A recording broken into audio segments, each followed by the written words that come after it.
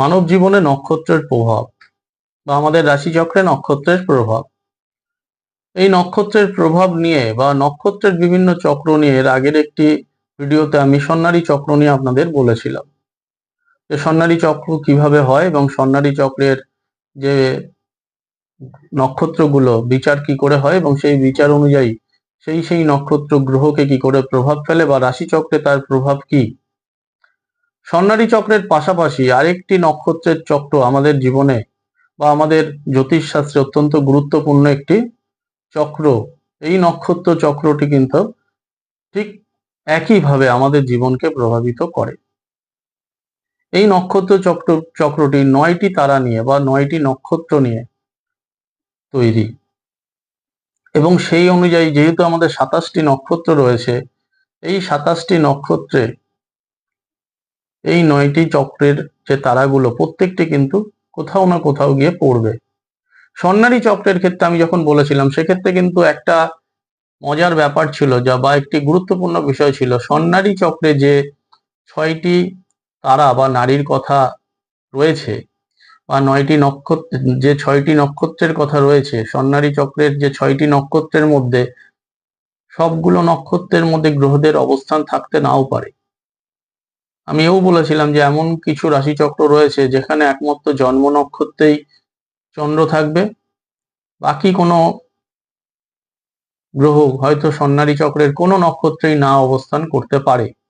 কিন্তু নবতারা, এই নবতারা চক্রে কিন্তু গ্রহরা অবশ্যই কোনো না কোনো নক্ষত্রে পতন বা পতিত হবেই এবং এই নবতারা চক্রের কোনো তারা থেকে কেউ পালিয়ে বাঁচতে পারবে না, কারণ নবতারা চক্রে 27টি নক্ষত্রেরই অবস্থান রয়েছে, বিচার রয়েছে।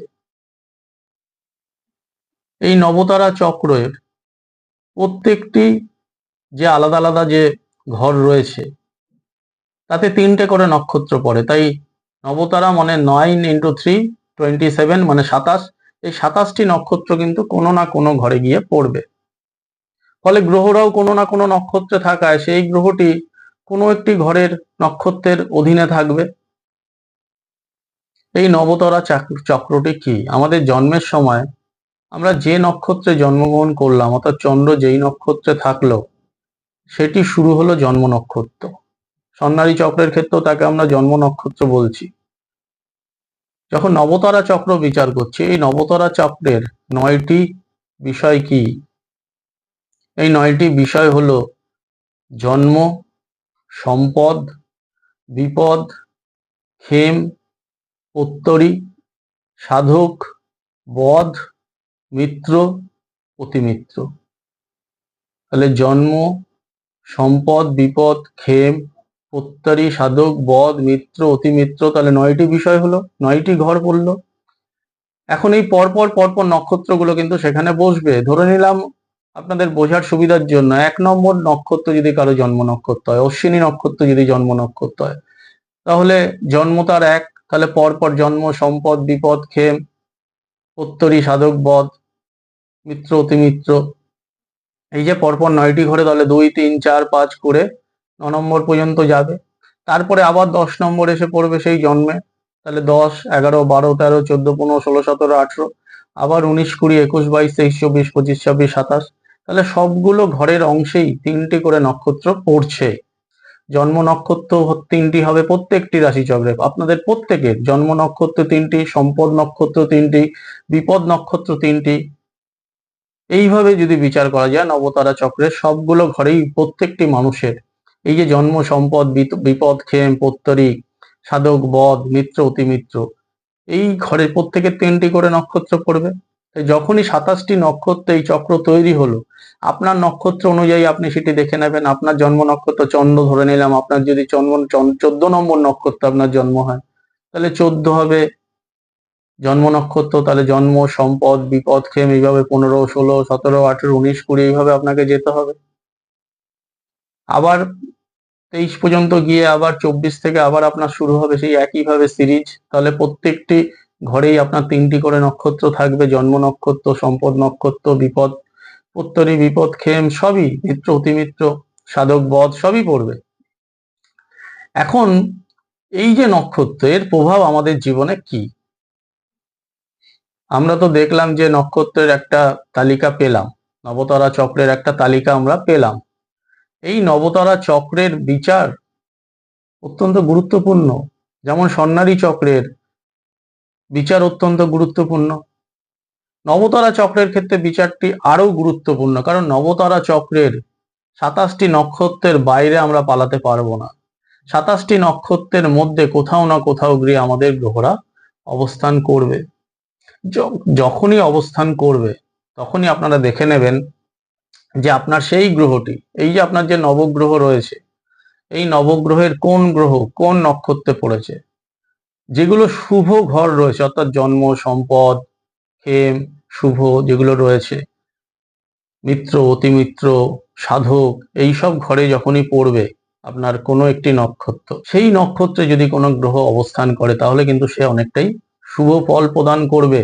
কিন্তু যদি অশুভ যে রয়েছে, যেমন জন্ম, সম্পদ যেমন শুভ, বিপদ কিন্তু অশুভ, উত্তরই কিন্তু অশুভ। বধ নক্ষত্রের ঘরে যদি কোনো নক্ষত্রে কোনো গ্রহ গিয়ে পড়ে অশুভ, তাহলে এই সব ঘরগুলোতে যদি কোনো নক্ষত্রের ঘরের কোনো একটি নক্ষত্রে যদি কোনো গ্রহ অবস্থান করে, সেই গ্রহের ওপর সেই নক্ষত্রের একটা প্রভাব কিন্তু তৈরি হবে। তার ফলে সেই গ্রহের একটা বলাবল তৈরি হবে, সেই গ্রহ কতটা ফল দিতে পারে, কতটা বাধা বিপত্তির মধ্যে দিয়ে যাবে, তার একটা পরিষ্কার চিত্র কিন্তু তৈরি হবে। তাই এই নবতারা চক্রকে আপনারা কিন্তু অবশ্যই গুরুত্ব দেবেন। নবতারা চক্রের মধ্যে যেসব মানুষের বা যেসব ব্যক্তির মধ্যে ব্যক্তির রাশিচক্রের মধ্যে নবতারা গ্রহের যেসব ঘরগুলো ভালো, সেই ঘরের যে নক্ষত্রগুলো রয়েছে তাতে যার বেশি রাশিচক্রে গ্রহের অবস্থান হবে, সেই রাশিচক্র কিন্তু জীবনে অনেকটা বেশি উন্নতি করবে। আপাতভাবে আমরা একটি রাশিচক্র বিচার করেই দুমদাম করে অনেক সময় বলে দিলে কিন্তু সেটা সঠিক হবে না, কারণ এই নক্ষত্র বিচার, নক্ষত্রকে আশ্রয় করেই কিন্তু বৃহৎ জ্যোতিষশাস্ত্র। নক্ষত্রের বাইরে কিন্তু গ্রহরা বলহীন। আমাদের যে মূল নক্ষত্র সূর্য, আমাদের এই ব্রহ্মাণ্ড, অর্থাৎ আমাদের এই যে সৌরজগৎ, যেমন সূর্যকে কেন্দ্র করে, সূর্যের প্রভাবেই সবাই প্রভাবিত, গ্রহরা সবাই সূর্য দ্বারা প্রভাবিত। তেমনি ভাবে এই প্রত্যেকটি নক্ষত্র রাশিচক্র বিচারের ক্ষেত্রে গ্রহরা কিন্তু নক্ষত্রহীনভাবে কাজ করতে পারে না। নক্ষত্রের ওপর অবস্থান করেই ডিগ্রিগতভাবে তার বিভিন্ন আরো জটিলতা রয়েছে, বিশ্লেষণ রয়েছে। একটি নক্ষত্রকে আরো সূক্ষ্মভাবে ভেঙে দেওয়া যায়।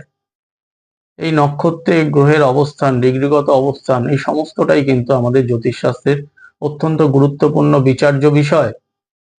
নবতারা চক্র অবশ্যই সঠিকভাবে বিচার করবেন। আপনারা দেখবেন আপনাদের রাশিচক্রে যাদের নবতারা চক্রের গ্রহরা বেশি শুভ ঘরগুলোতে অবস্থান করছে বা শুভ ঘরের নক্ষত্রে অবস্থান করছে, তাদের সেই গ্রহগুলো কিন্তু অনেকটাই বলশালী। কিন্তু বিপদ, বধ, উত্তরী, এইগুলোতে যাদের গ্রহ অবস্থান করছে তারা কিন্তু সেই গ্রহের বল ততটা পাবেন না।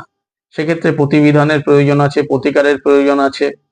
আপনার সেই গ্রহটি মারক যদি হয় এবং যদি সে আরো অশুভ কোনো নক্ষত্রে গিয়ে বসে, সে তাহলে দশা অন্তর্দশায় বা মারকত্ব প্রাপ্তির কোনো যখন একটা গোচর তৈরি হবে, আপনাকে আরো অশুভ ফল প্রদান করতে পারে। আবার যখন শুভ অবস্থানের কোনো গ্রহ শুভ নক্ষত্র নিয়ে যখন শুভ দশা চক্রে আসবে, তখন কিন্তু তার ফল অনেক বেশি আপনাকে প্রদান করবে। এই জন্য বিভিন্ন মানুষের জীবনে কিন্তু এই ফলের হেরফের ঘটে। হয়তো 10 জন মানুষের বৃহস্পতি ভালো, 10 জন মানুষের বৃহস্পতির দশায় কিন্তু একই রকম ফল পাবে না। তার পেছনে কিন্তু লুকিয়ে রয়েছে এই নক্ষত্রের খেলা। আপনারা আপনাদের রাশিচক্র সঠিকভাবে বিচার করবেন। অ্যাস্ট্রোলজি অন হিউম্যান লাইফ এই চ্যানেলে এই ধরনের বিভিন্ন বিষয় জেনে নিয়ে নিজের রাশিচক্রটিকে সঠিকভাবে জানার চেষ্টা করবেন, নিজের জীবনকে সঠিকভাবে জানার চেষ্টা করবেন। আপনারাই উপকৃত হবেন।